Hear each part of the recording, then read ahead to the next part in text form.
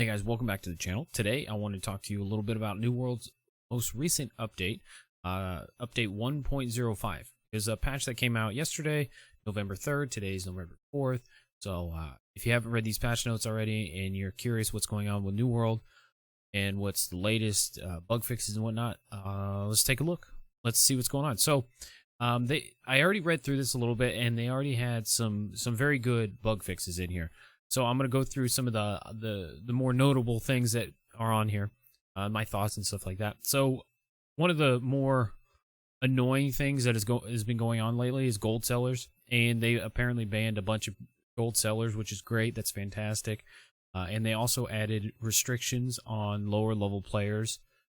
When they're trading gold, you have to be a level 10. And you got to do other beginning quests and stuff like that. So you can't immediately trade gold. Yes, which is fine.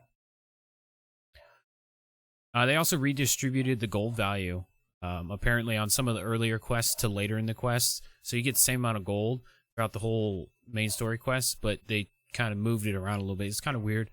And then see what we got here. Exploiters, they fixed some bugs where people were able to duplicate items via the storage sheds and crafting stations, which, you know, that was terrible. That was terrible. I'm glad they were able to remedy that. That was terrible. I hope that all those people got banned for that.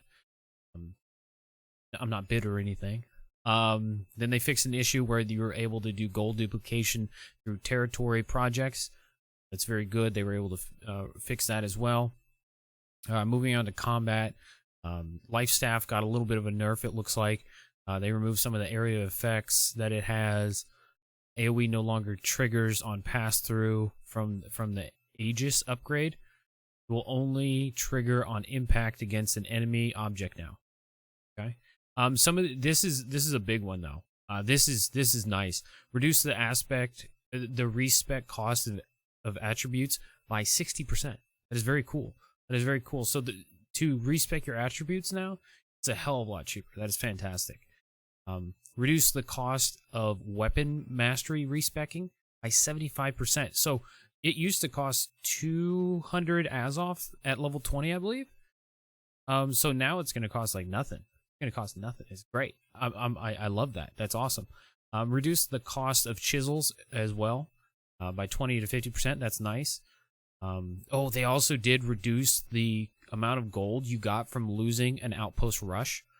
Because before you got a fairly similar reward from doing outpost rush, winning or losing. You got a very similar reward.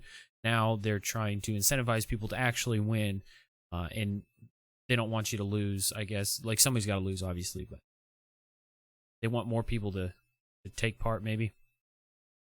Oh yeah, you cannot equip identical weapons anymore. If you have if you have two life staffs, for instance, and you were able to equip them before, you cannot do that anymore. Same thing with, you know, any identical weapons. You can't do the life staff auto machine gun. I think they called it machine gunning the life staff. You can't do that anymore. You can't machine gun the fire staff either. That was unintended mechanics apparently. So they kind of fixed that by not allowing you to equip two of the same weapons, which is definitely nice to see. Group scaling passives have been fixed and adjusted. So like against all odds, the hatchet exploit that everybody was doing, the great axe exploit with bloodlust everybody was doing, and the warhammer exploit everybody was doing, they corrected those. So that is fantastic. That was super annoying. That was super annoying. I'm glad they managed to figure that out. Spell strike consistency fixed an issue where several magic spells, such as Ice Storm and Gravity Well, were not hitting consistently. Now, they didn't specifically say the Fire Staff abilities, but I know the Fire Staff abilities and the Ice Gauntlet abilities had a huge issue with this as of the last patch. It was kind of a thing for a while, but it got pretty apparent from the last patch. But I'm hoping this extends to the Fire Staff as well. They do not specifically say that, but one can hope. I will check that when I log in this evening to check the game out again and see what's going on. They fixed the resilience perk. This is a big one. The resilience perk was a huge one that really made the meta in PvP always resilience. You know, get resilience on everything, all your armor.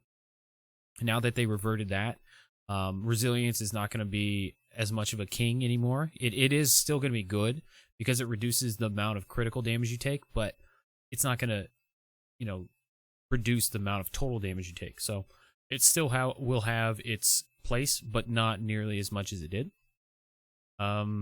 Fixed an issue with PvP and PvE players being able to heal each other.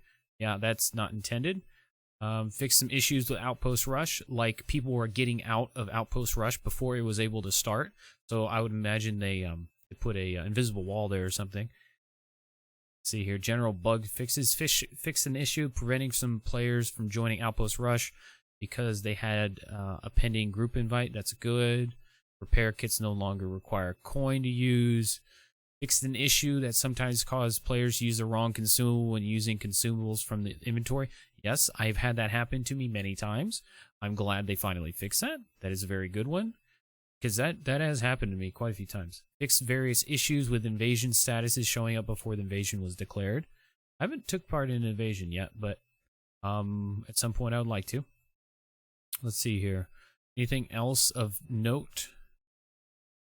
Fixed an issue with enemy AI duplicating and stacking spawning during the quest Shivering Timbers.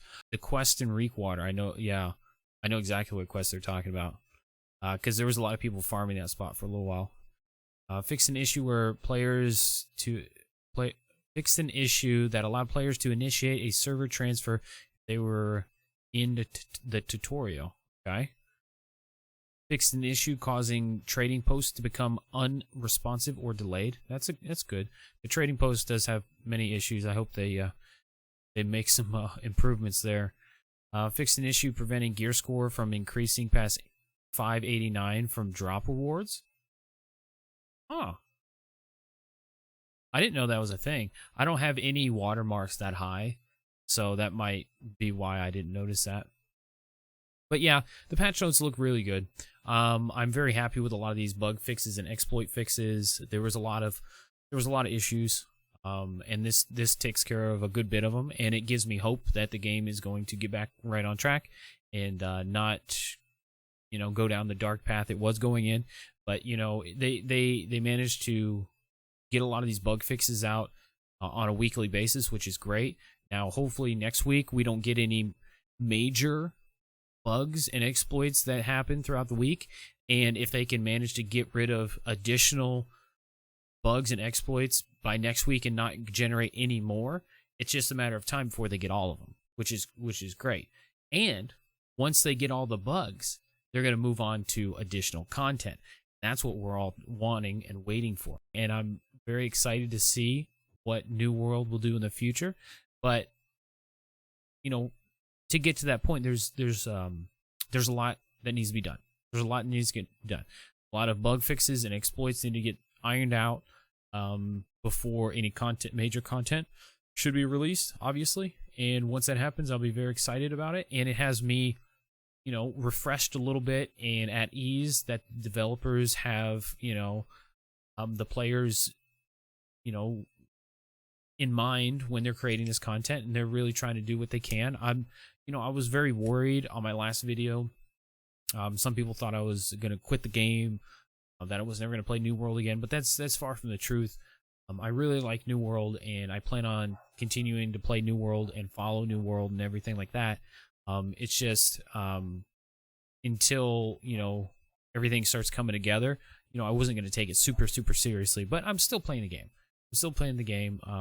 But I'm not quitting. I'm still having a fun time. I'm enjoying everything. It's just, you know, it gets frustrating sometimes is all. It gets frustrating, as we all do. But I appreciate you guys watching the video as long as you guys have been watching this. Hopefully you guys have been watching it to the very end. And if you did enjoy the content and you did enjoy these data mined informations and whatnot and the patch notes, make sure to drop a subscription down below and a notification bell ding, and like the video, and I will see you guys in the next one. Till next time. Peace out.